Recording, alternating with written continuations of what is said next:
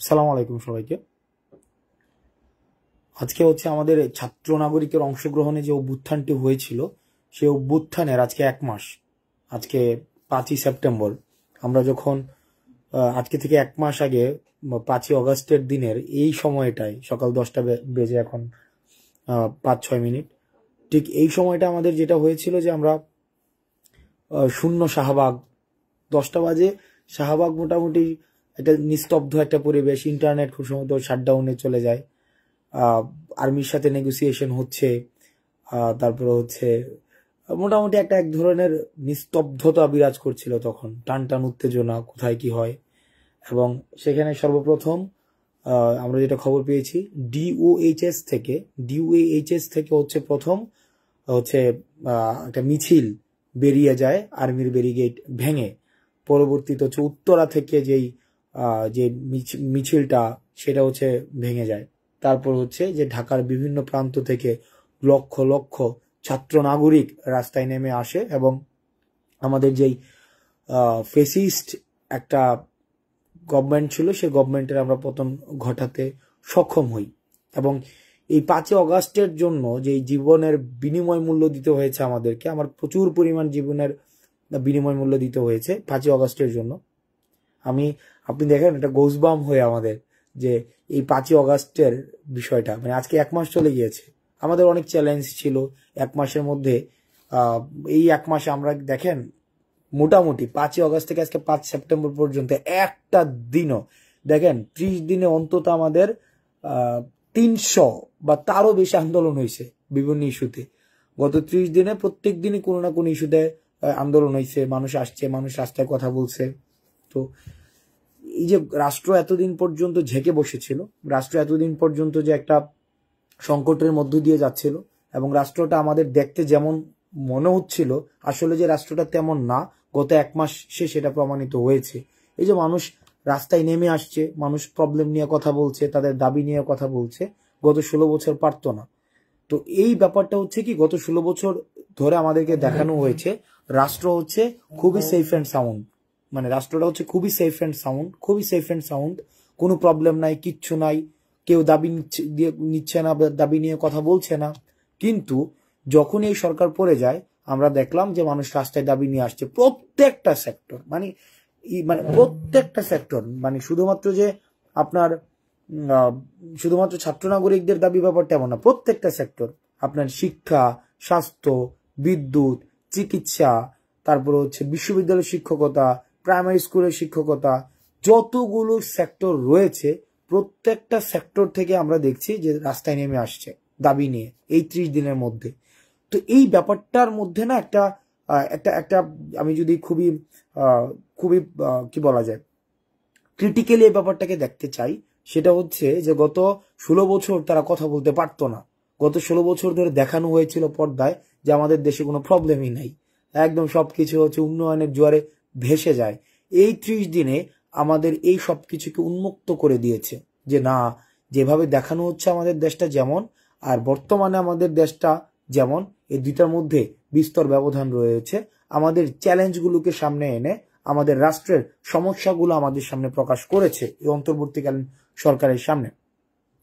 তো এই পুরো সময়টার মধ্যে না আমরা বেশ কিছু সংকট, জাতীয় সংকটও আমরা উত্তরণ করেছি। আমরা প্রথমত যেই সংকটটি আমরা উত্তরণ করেছি সেটা হচ্ছে দেখেছি আমরা সামাজিক অরাজকতা সৃষ্টি হয়েছিল আন্দোলন পরবর্তী ইমিডিয়েট একটা ইফেক্ট যেটা ছিল, আমরা দেখেছি ডাকাতের আক্রমণ বেড়ে গিয়েছিল, বিভিন্ন যারা লুটতরাজ চলেছিল, সংখ্যালঘুদের উপরে হামলা হয়েছিল, আমাদেরকে এই আন্দোলনকে বিতর্কিত করার জন্য অতি উৎসাহীরা বিভিন্ন ধর্মীয় উপাসনালয়ে সেখানে হচ্ছে আক্রমণ চালিয়েছিল। এই ঘটনাগুলো হয়েছে, কিন্তু এই সংকটটি আমাদেরকে এটিরও স্পষ্ট বার্তা দেয়, সংকট আমাদের জাতিকে ঐক্যবদ্ধ করেছিল। কিভাবে ঐক্যবদ্ধ করেছিল দেখেন, যখন সাম্প্রদায়িক হামলাগুলো হয় সেখানে মন্দিরের বাইরে আমাদের মাদ্রাসার শিক্ষার্থীরা পাহারা দিয়েছে। যে এই যে দেখেন একটা এই যে হারমোনিয়াস একটা সিচুয়েশন, এই যে একটা কমিউনিয়াল হারমোনি, একটা সাম্প্রদায়িক যে সম্প্রীতির যে চিত্রটি, এটি কিন্তু আমরা প্রিভিয়াস আপনি যেই অ্যারেনাতেই যান না কেন, যেই গভর্নমেন্টের টেনিউরে যান না কেন, এই কমিউনিয়াল হারমোনির এত সুন্দর এক্সাম্পল, এত ভিজুয়াল ডেমনস্ট্রেশন আমরা কখনোই কিন্তু আর দেখিনি। তো এই যে আমাদের সংকটটি এসেছে, কমিউনিয়াল মাইনরিটির উপরে হামলা হয়েছে, তখনই আবার আমরা সবাই একসাথে আবার দাঁড়িয়েছি, আমাদের মন্দির পাহারা দিয়েছি, মসজিদ পাহারা দিয়েছি, যারা হচ্ছে মাইনরিটি রয়েছে তাদের বাড়ি পাহারা দিয়েছি, এবং দলমতের ঊর্ধ্বে উঠে আমরা দেখেছি যে সবাই একসাথে হয়েছে। এর পরবর্তীতে যে প্রবলেমটি হলো, সেখানে আমরা দেখলাম যে আমাদের একটি দুর্যোগ হয়েছে, বন্যা হয়েছে। এই বন্যাটি আমাদের সম্প্রীতির, জাতীয় ঐক্যের আরো একটি অনন্য উদাহরণ। আমরা যখন এই বন্যাটি হয়েছে, পূর্বের সময় কি হতো, মানুষ সরকারের প্রতি আস্থা রাখতো না, কিন্তু আমরা এবার দেখেছি যে এই অন্তর্বর্তীকালীন সরকারের উপরে আস্থা রেখে এবং ছাত্র নাগরিক নিজ উদ্যোগে কিভাবে বিভিন্ন জায়গায়, কিভাবে এই যে টিএসসিতে, বিশেষ করে টিএসসিতে আমরা দেখেছি সবাই একসাথে রাস্তায় নেমে আসছে, সবাই তাদের যার যার সামর্থ্য অনুযায়ী কিন্তু তারা রাস্তায় নেমে আসছে। তারা হচ্ছে ত্রাণ সংগ্রহের যেই একটি এক্সাম্পল প্রতিষ্ঠিত হয়েছে, সেটি হচ্ছে আমাদের জাতীয় ঐক্যের একটি অনন্য এক্সাম্পল। সেখানে ধর্মীয় মতভেদ প্রাধান্য পায়নি, সেখানে হচ্ছে কালচারাল মতভেদ প্রাধান্য পায়নি, সেখানে হচ্ছে সোশ্যাল স্ট্যাটাস প্রাধান্য পায়নি, পলিটিক্যাল আইডিওলজি প্রাধান্য পায়নি, সেখানে চিন্তার জগতের বিভিন্নতার প্রাধান্য পায়নি। রেদার সেখানে সবাই একটা পরিচয়ে এই জাতীয় সংকটটা মেনে নিয়ে সেটাকে আমরা প্রতিরোধ করার জন্য আমরা আমাদের জায়গা থেকে সর্বোচ্চ আমরা চেষ্টা করেছি। দেখেন, এই যে ছাত্র নাগরিকের যে ঐক্যটা, এই ঐক্যটা কিন্তু আমরা টিএসসিতে এর একটা খুব বাস্তব একটা এক্সাম্পল আমরা দেখেছি। তারপরে আমাদের যে ছাত্র নাগরিকের যে একটা ঐক্যের পরবর্তী যে এক্সাম্পলসটি, সেটি হচ্ছে আনসার যখন আমাদের একটি ঘটনা ঘটালো, ক্রমানুযায়ী অনেকগুলো ঘটনা ঘটাতে চেয়েছে, তখন আনসারকে প্রতিরোধ করার জন্য আমরা দেখেছি ফেসিস্ট সরকার বিভিন্ন রূপে আবার হচ্ছে ব্যাক করতে চেয়েছে, ফেসিস্ট সরকার। কখনো কখনো দেখবেন আপনি কমেন্ট সেকশনে কিছু কিছু কমেন্ট আসে, যে এরকম দেখা যায় কমেন্ট সেকশনে লিখে যে এত সুন্দর সাজানো গুছানো দেশটা ধ্বংসের জন্য তোমরা দায়ী থাকবা। তো এই কমেন্টটা রিপিট হইতে থাকে, মানে আফসোস লীগ, এটার একটা নতুন একটা নাম, আফসোস লীগ। তারা আফসোস করছে এখন এই কমেন্ট লীগ, মানে এই ফেসিস্ট গভর্নমেন্ট আফসোস লীগ হয়ে আবার ফিরে আসছে কমেন্টে। ইভেন মানে আমি না মাঝে মাঝে ওদের জন্য আমার খুব মায়া হয়, মানে সিরিয়াসলি খুব মায়া হয়।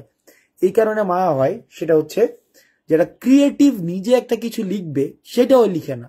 ওই আগে যেভাবে বড় ভাইয়ের পা ছাড়তো, ওই বড় ভাই একটা স্ট্যাটাস দিলে সেটাকে হচ্ছে কমেন্ট করে করে দিত, ঠিক একইভাবে কপি পেস্ট করে করে দিত, ঠিক একইভাবে ওই কমেন্টটা এখন কপি পেস্ট করে করে চালাচ্ছে।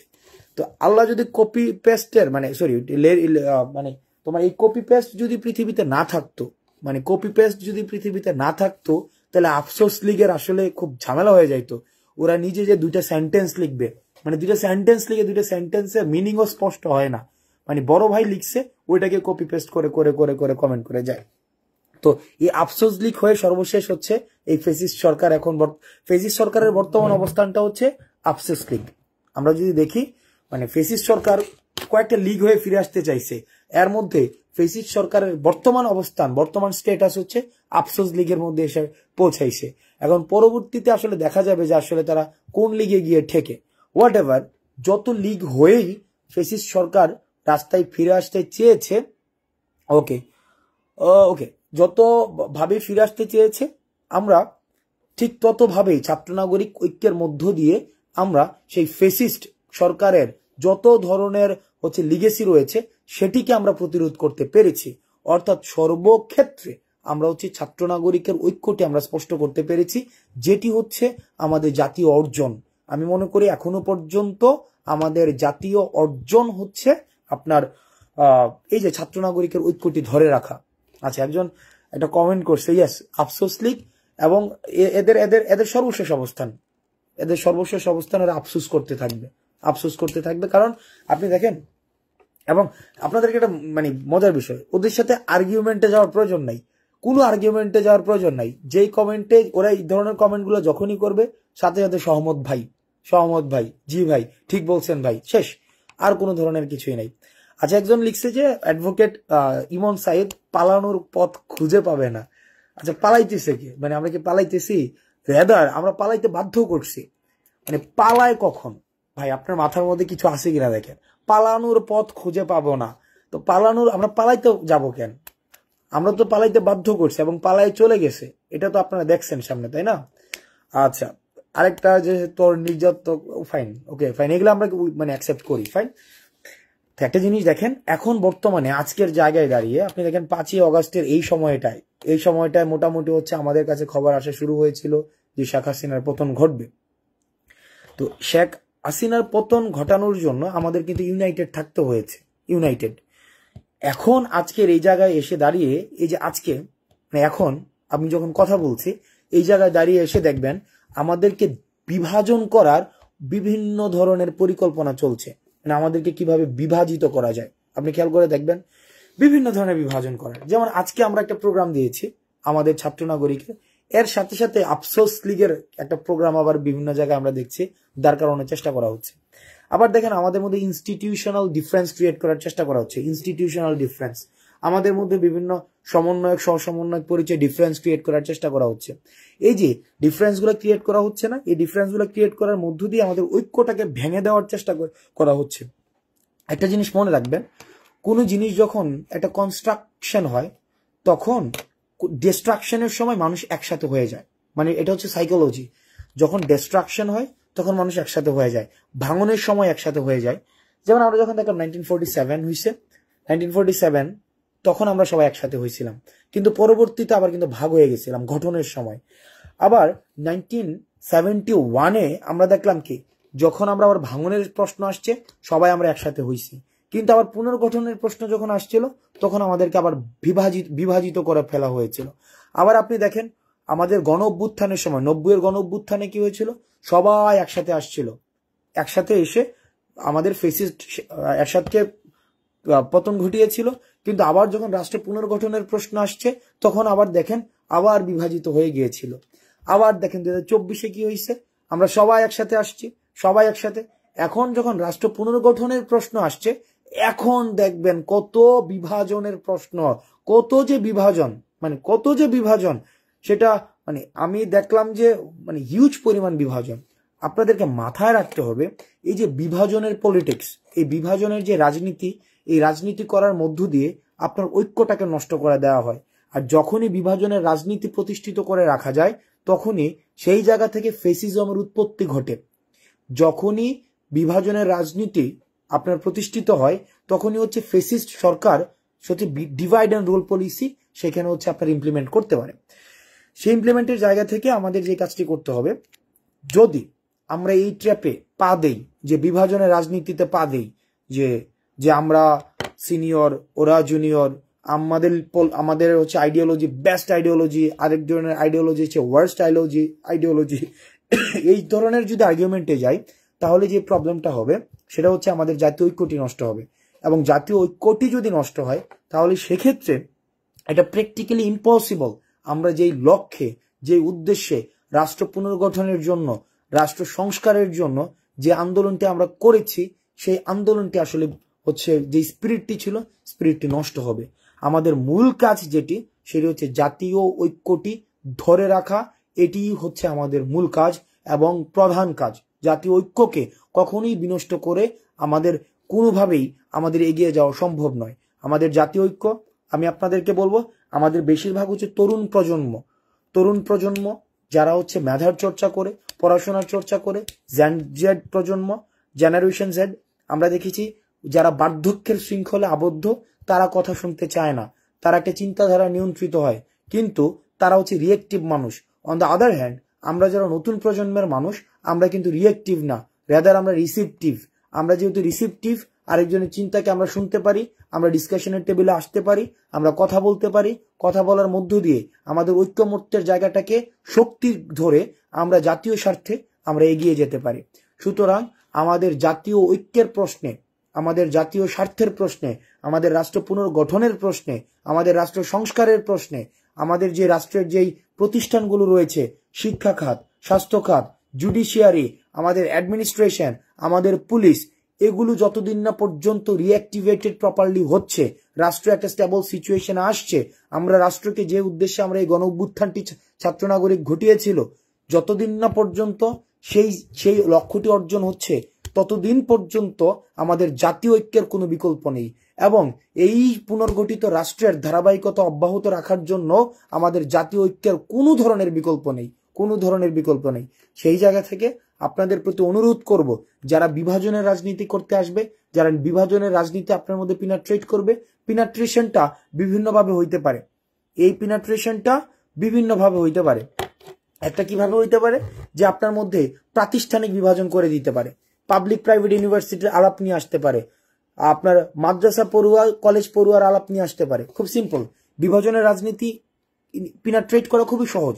এক, পাবলিক প্রাইভেট এই যে কম্পারিজন নিয়ে আসা, তারপর হচ্ছে মাদ্রাসা কলেজ কম্পারিজন নিয়ে আসা, English medium Bangla medium comparison নিয়ে আসা, হিন্দু এবং বৌদ্ধের বাংলা কম্পারিজন নিয়ে আসা, মুসলমান এবং হিন্দুর কম্পারিজন নিয়ে আসা, মাইনরিটি মেজরিটির কম্পারিজন নিয়ে আসা। এই যে সবসময় বাইনারি অপোজিশন ক্রিয়েট করা হবে। বাইনারি অপোজিশন ক্রিয়েট করার মধ্য দিয়ে আপনাকে আমাকে বিভাজিত করা সম্ভব। কিন্তু আমরা জাতীয় স্বার্থে আমরা নিশ্চিত করতে চাই এই প্রজন্ম একটা সনাতনী প্রজন্মকে আমরা পিছনে ফেলে এসেছি। যেই সনাতনী প্রজন্ম আমাদের ভাষা বুঝতে পারেনি, আমাদের চিন্তা বুঝতে পারেনি, সেই প্রজন্মকে আমরা পিছনে ফেলে আসছি। এখন এই সনাতনী প্রজন্ম কিন্তু প্রতিনিয়ত তারা স্কিম প্লট করবে যে আমাদেরকে বিভাজিত করার মধ্য দিয়ে, তরুণ প্রজন্মকে বিভাজিত করার মধ্য দিয়ে বিপথে নিয়ে যাওয়ার। কিন্তু আমরা আমাদের জায়গা থেকে এই ম্যান্ডেটটি স্পষ্ট করতে চাই, এই তরুণ প্রজন্ম, ছাত্র নাগরিক প্রজন্ম কখনোই যে আমাদের সনাতন শৃঙ্খলবদ্ধ বার্ধক্যে যাদের চিন্তা আবদ্ধ, ওই প্রজন্মের চিন্তা দ্বারা আমরা নিয়ন্ত্রিত হব না। রেদার আমরা জাতীয় ঐক্যের প্রশ্নে, জাতীয় ঐক্যের স্বার্থে যেভাবে গত 5ই আগস্ট আমরা শেখ হাসিনাকে, আমরা বাংলাদেশ থেকে আমরা ফেসিজমকে সিম্বলিক, শেখ হাসিনার যে ফেসিজমের যে একটা এনকম্পাসিং একটি হচ্ছে আউটলেয়ার তৈরি করেছিল সারা বাংলাদেশে, সেটাকে যেভাবে আমরা উৎখাত করেছি, ঠিক একইভাবে তখন কিন্তু দেখেন আমরা যখন ফেসিজমের পতন করেছি তখন কিন্তু আমাদের এই প্রাইভেট পাবলিক মাদ্রাসা college, English medium Bangla medium school college, ধনী গরিব, আওয়ামী বিএনপি, এই ধরনের কোনো ধরনের আপনার আলাপ কিন্তু আসে নাই, অর্থাৎ বাইনারি পলিটিক্স কিন্তু আসে নাই। রেদার আমাদের যেটা এসেছিল সেটা হচ্ছে আমরা ঐক্যের প্রশ্নে আমরা স্থির ছিলাম এবং রাষ্ট্রের ফেসিস্ট মুক্ত করার জন্য স্থির ছিলাম। এই যে আন্দোলনের স্পিরিট, এই আন্দোলনের স্পিরিটটি আমাদের রাখতে হবে। আদারওয়াইজ আমাদেরকে বিপথে নিয়ে যাওয়া অনেক সহজ। বিভাজন যখন করা হবে তখন শাসক বা ক্ষমতা আপনাকে ঝেঁকে ধরা সহজ। সেজন্য আপনাদের কাছে অনুরোধ থাকবে যে আমরা কখনোই যেন বিভাজনের কোনো ধরনের যে রাজনীতি, সেই বিভাজনের রাজনীতিতে যেন আমরা কখনোই সুযোগ না দিই। সর্বশেষ আমাদের 5ই আগস্ট আজকের এই সময়ে মোটামুটি বলা যায় কত বাজে, 10:30 বাজে আর 2 ঘন্টা আমার গোজবাম্পস হচ্ছে। এই সময়ে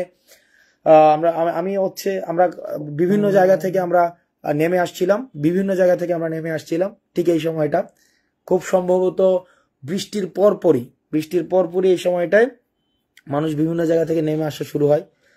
সো 1 মাস হয়ে গিয়েছে, দীর্ঘ 1 মাস। আমাদের কাছে মনে হইতেছে যে 1 মাস সময় জাস্ট কত, এটা মানে লাস্ট ব্যাপারটা হয়েছে কি, একদিন করে ভাগ করারও সময় পাই নাই। 24 ঘন্টা একদিন এরকম ছিল না। এক ঘুম থেকে আরেক ঘুমের পার্থক্য এমন হয়েছে 45 ঘন্টা। মানে একটা ঘুম একবার ঘুমাইছি, পরবর্তী ঘুম মাঝের যে সময়টা সেখানে গিয়েছে হয়তো 60 ঘন্টা চলে গেছে, 45 ঘন্টা চলে গেছে, এরকম মানে কনস্ট্যান্ট হয়েছে।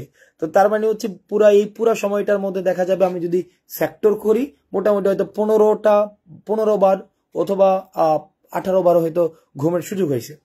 তো আপনাদের কাছে আমাদের অনুরোধ থাকবে, এই প্রজন্মটা যারা আছে, বিশেষ করে ছাত্র এবং নাগরিক এবং হচ্ছে অভিভাবক প্রজন্ম, আপনারা জানেন দ্বিবিভাজনের রাজনীতি কি পরিমাণ জটিল, কি পরিমাণ হচ্ছে আপনাকে ঝেঁকে বসে। সুতরাং দ্বিবিভাজনের রাজনীতির পুনরাবৃত্তি আমরা কখনোই আর ঘটাতে চাই না। রাদার আমরা ঐক্যের রাজনীতিকে আমরা ইন্ট্রোডিউস করতে চাই। আজকে আমাদের হচ্ছে 3টার দিকে ঢাকা বিশ্ববিদ্যালয়ের রাজু ভাস্কর্য থেকে আমাদের শহীদি মার্চ কর্মসূচি হবে এবং শহীদি মার্চ আমরা যেটা করব সেটা হচ্ছে শহীদি মার্চ ঢাকা বিশ্ববিদ্যালয় থেকে সংসদ ভবন হয়ে আমরা হচ্ছে শহীদ মিনারে আমরা আসব এবং যারা শহীদ হয়েছে তাদেরকে আমরা স্মরণ করব। আমাদের হাতে বিভিন্ন ফেস্টুন থাকবে, প্ল্যাকার্ড থাকবে, ব্যানার থাকবে, যেটির মধ্য দিয়ে 24-এর তাৎপর্যকে প্রতিষ্ঠিত করার জন্য, 24-এর তাৎপর্যকে, মাহাত্ম্যকে আমরা জাতির সামনে তুলে ধরব। সেখানে শহীদ পরিবার থেকে শুরু করে অন্যান্য পরিবার, আহত তারা হচ্ছে কথা বলবেন এবং হচ্ছে আমাদের পরবর্তী এই আন্দোলনকে ধারাবাহিকতা অব্যাহত রাখার জন্য সেই সব বিষয়গুলো নিয়ে আমাদের কথাবার্তা হবে। Okay fine. আজকে আমি নর্মালি হচ্ছে কখনোই কমেন্ট পড়ি না, নেভার মানে কমেন্ট পড়ি না, কারণ আমি জানি কমেন্ট একটা অংশ করে পড়ে এর একটা সেন্টেন্স ঠিকভাবে লিখতে পারে না, মানে একটা সেন্টেন্স কিভাবে লিখতে হয় এই আইডিয়াটাও নাই, এটা সেন্টেন্সের যে বেসিক বিষয়গুলোও নাই। সো ওই বড় ভাই একটা কমেন্ট করছে, ওইটাকে কপি করে পেস্ট করে আমি কিছু আজকে কমেন্ট পড়ি, গালাগালির কমেন্ট অফকোর্স। ওকে ওকে ফাইন। একটা বিষয় আসছে যেটা হচ্ছে যে গতকাল নাহিদ স্পষ্ট করে দিছে ফেসিস্ট। আপনি যখন দেখবেন জার্মানিতে, ইতালিতে যেটা হয়, আমরা বলি যে মানবাধিকার মানবাধিকার, অফকোর্স, কিন্তু কাদের জন্য মানবাধিকার, কাদের জন্য হচ্ছে মৌলিক অধিকার? জার্মানিতে, ইতালিতে আমরা দেখেছি যে যারা নাৎসি পার্টি, দেখেন নাৎসি পার্টি কি জার্মানিতে রাজনীতি করতে পারে? পারে না। এখন আওয়ামী লীগ পরবর্তী রাজনীতি করবে কি করবে না, এটার পূর্বে আমাদের গুরুত্বপূর্ণ সিদ্ধান্ত আওয়ামী লীগের বিচার নিশ্চিত করতে হবে। আওয়ামী লীগ যে অপরাধ সংঘটিত করেছে বিগত সময়টিতে, এইটির স্বীকার করে বিচার নিশ্চিত করে তার তৃতীয় ধাপে সিদ্ধান্ত হচ্ছে যে আওয়ামী লীগ রাজনীতিতে পুনর্বাসিত হবে কিনা। মানে আওয়ামী লীগ রাজনীতিতে পুনর্বাসিত হওয়ার পূর্বে আরো অনেক ধরনের লেয়ার আছে, তাদের যথাযথ বিচার নিশ্চিত করতে হবে। বিচার নিশ্চিত করার পরে জনতা নির্ধারণ করবে যে তারা রাজনীতি করবে কি করবে না। আচ্ছা, তারপরে আপনাদের যদি কোনো কনস্ট্রাকটিভ কোয়েশ্চেন থাকে আপনারা কোয়েশ্চেন করতে পারেন। আর আপনারা যেই গালাগালি করেন আমার মজা লাগে, মানে খুবই মজা লাগে যে মানুষ হচ্ছে গালাগালি করতেছে, ইন্টারেস্টিং জিনিস যেটা ডিস্টেন্টলি কোনো ধরনের রিলেশন নাই, মানে কোনো ধরনের ফ্যাক্টের সাথে আপনাদের যে এই পাসিং কমেন্ট এর কোনো ধরনের মানে রিলেটেড না, ডিস্টেন্টলি রিলেটেড। ওকে, ইয়েস 24কে একটি মিউজিয়াম, ইয়েস 24 উপলক্ষে আমরা বলেছি যে যে আমাদের গণভবনটি ছিল যেখানে ফেসিজমের আখড়া হয়েছিল, এবং আমরা দেখেছি যে গণভবনমুখী সবাই থাকতো। একটা পর্যায় পর্যন্ত আমরা দেখেছি সবাই গণভবনমুখী। আমরা দেখেছি যে ডিভোর্স হয়েছে, সেও গণভবনে প্রধানমন্ত্রীর দৃষ্টি আকর্ষণ করছে। পূর্বাঞ্চলে কারোর প্লট লাগবে, তাকেও আমরা দেখেছি গণভবনে প্রধানমন্ত্রীর দৃষ্টি আকর্ষণ করছে। একদম পঞ্চগড়ে কারো একটা ব্যক্তিগত প্রবলেম, সেইটাও হচ্ছে গণভবনে প্রধানমন্ত্রীর দৃষ্টি আকর্ষণ করছে। অর্থাৎ এই গণভবনটাই ছিল ফেসিজমের একটা আখড়া। এই গণভবনটা আমরা মিউজিয়াম করার জন্য, স্থায়ীভাবে মিউজিয়াম করার জন্য সেটা হচ্ছে আমরা প্রস্তাব করব এবং হচ্ছে আমরা সেটা নিশ্চিত করতে চাই। তারপরে হচ্ছে ইয়েস সকল প্রকার দুর্নীতির অবসান নিশ্চিতভাবে, এটা আমাদের ম্যান্ডেট ভাই। সকল প্রকার দুর্নীতির অবসান অবশ্যই নিশ্চিত করতে হবে। তো একটা জিনিস আপনাদের কাছে বলি, আমাদের গত 1 মাসের কিছু অভিজ্ঞতা হয়েছে, একটা ইন্টারেস্টিং অভিজ্ঞতা আপনাদেরকে বলি, খুবই ইন্টারেস্টিং অভিজ্ঞতা। সেটা হচ্ছে মানুষ এক অদ্ভুত কারণে মনে করে একটা বিষয়, সেটা হচ্ছে যে আমরা চাকরি দিতে পারি, আমরা প্রমোশন দিতে পারি, আমরা প্রমোশন থেকে কাউকে হচ্ছে বাদ দিতে পারি। এটা মানুষের এই ধারণাটা হয়েছে। কেন হয়েছে কিভাবে খেয়াল করেন? কারণ অতীতের সরকারের যারা ছিল, তাদের যে ছাত্র সংগঠনগুলো ছিল, তারা এই তদবির, টেন্ডারবাজি, চাঁদাবাজি, সিট দখল এই কাজগুলোর সাথে যুক্ত ছিল। এখন মনস্তাত্ত্বিকভাবে একটা মানুষের ধারণা তৈরি হয়েছে, যেহেতু আমরা হচ্ছে কি ছাত্র প্রতিনিধি বা আমরা হচ্ছে ছাত্র সমন্বয় করছি, আমরাও হয়তো এখন ওই যে টেন্ডারবাজি, চাঁদাবাজি, তদবির এই কাজগুলো হয়তো আমরা করছি। আপনাদের কাছে স্পষ্ট করে বলতে চাই, কোনো ধরনের তদবিরের এখতিয়ার ছাত্র নাগরিকের নাই। আপনি যতটা স্টেক হোল্ড করেন আমি ঠিক ততটাই স্টেক হোল্ড করি। এই যে আপনারা আসেন বিভিন্ন ভাবে যে ভাই আমি আন্দোলনে ছিলাম, আমার যদি এই প্রমোশনটা নিশ্চিত করে দেন, আমি আন্দোলনটা ছিলাম, আমার ভাইয়ের এই চাকরিটা যদি নিশ্চিত করে দেন। ভাই এটা আপনি কেন করবেন? মানে এটা কেন, কি উদ্দেশ্য এটা আপনি করবেন? আপনার মাথার মধ্যে এটা আসে কিভাবে যেটা আপনি, তাহলে যদি আপনি আন্দোলন করার কারণে যদি আপনি বিশেষ সুযোগ বা সুবিধা দাবি করে থাকেন, তাহলে তো আপনি রাষ্ট্রের কথা চিন্তা করছেন না, আপনি সামগ্রিক চিন্তা করছেন না, বরং আপনি আপনার ব্যক্তিগত চিন্তা করছেন। যারা ব্যক্তিগত চিন্তা করে তাদের কাছে আমি প্রশ্ন রাখতে চাই, যদি 5 আগস্ট আপনার ঘটনাটি না ঘটতো, শেখ হাসিনা যদি না পালাই যাইতো, তাইলে আপনি দাবি করতেন কিনা যে আপনি আন্দোলনটি করছিলেন? তখন কিন্তু আপনি দাবি করতেন না যে আপনি আন্দোলন করছিলেন, বরং আন্দোলনকে সমালোচনা করে আপনি হচ্ছেন কথা লিখতেন আর আমরা জেলে থাকতাম। সুতরাং যারা তদবির নিয়ে আসেন, যারা হচ্ছে বিভিন্ন দাবি নিয়ে আসেন, এটা পোস্ট প্রমোশন এগুলা নিয়ে আসেন, এগুলো ছাত্র নাগরিকের কাজ না। আমি আবারও বলছি, এগুলো ছাত্র নাগরিকের কাজ না। আপনারা ছাত্রদেরকে এভাবে বিতর্কিত করার কোনো প্রয়োজন নাই। আপনাদের সিস্টেম ডেভেলপ করলে সিস্টেমের কাছে আপনারা আবেদন করবেন, সিস্টেম হচ্ছে সব কাজ করবে। Okay fine. তারপর হচ্ছে প্রশ্ন, ওকে, কমেন্টটা ইনসাফ চাই। ইয়েস, ইনসাফের ভিত্তিতে, ন্যায্যতার ভিত্তিতে হচ্ছে আমাদের রাষ্ট্র প্রতিষ্ঠিত হবে, ন্যায্যতার ভিত্তিতে। আচ্ছা, গালি লীগ, ইয়েস, গালি লীগ, কমেন্ট লীগ, আফসোস লীগ, ফাইন। আফসোস লীগ, গালি লীগ, কমেন্ট লীগ। ওকে, আপনারা, আমরা প্রত্যাশা করি ঢাকার আমরা যেভাবে নেমে আসছিলাম রাস্তায় 5ই অগস্টে, ঠিক সেটার পুনর্মঞ্চায়ন আজকে আমরা ঘটাতে চাই। একইভাবে সেটার পুনর্মঞ্চায়ন, সেই পুনর্মঞ্চায়নের মধ্য দিয়ে আমরা একটি বার্তা দিতে চাই যে আমাদের যারা 5ই অগস্টে ফ্যাসিস্ট সরকারকে পতন করতে পেরেছি, ঠিক একইভাবে আমরা জাতীয় ঐক্যটি দেখিয়ে আমরা যারা টেন্ডারবাজি করছে, চাঁদাবাজি করছে, যারা ঘুষ বাণিজ্য করছে, যারা আবার এক ধরনের অরাজকতার রাজনীতি প্রচলন করার চেষ্টা করছে, যারা গণমাধ্যমের স্বাধীনতাকে টুটি চেপে ধরার চেষ্টা করছে, তাদের কাছে আজকে আমরা বার্তা দিতে চাই যে তোমরা আমাদের জাতীয় ঐক্য নষ্ট যেভাবে করতে চাচ্ছ, ব্যাপারটি এমন না। আমরা ইনসাফের প্রশ্নে, ন্যায্যতার প্রশ্নে, আমাদের যৌক্তিকতার প্রশ্নে, একটি পুনর্গঠিত সমৃদ্ধ বাংলাদেশ গড়ার প্রশ্নে আমরা জাতি সবসময় এক। এই জিনিসটি নিশ্চিত করার জন্য অবশ্যই আজকে আমরা 3টায় রাজু ভাস্কর্য থেকে শহীদে মার্চে আমরা অংশগ্রহণ করব। ওকে, ফাইন। ওকে, সারা দেশব্যাপী ছবি দিয়ে, সমন্বয়ক পরিচয় দিয়ে বিভিন্ন এটা করছে, রাইট? আমরা কিন্তু দেখেন বারবার করে বলছি, আমরা জেলা পর্যায় থেকে শুরু করে বিভিন্ন পর্যায়ে আমরা কোনো ধরনের কোনো কমিটি দেই নাই, কোনো ধরনের কোনো কমিটি নাই, নাথিং, কোনো ধরনের কোনো কমিটি নাই।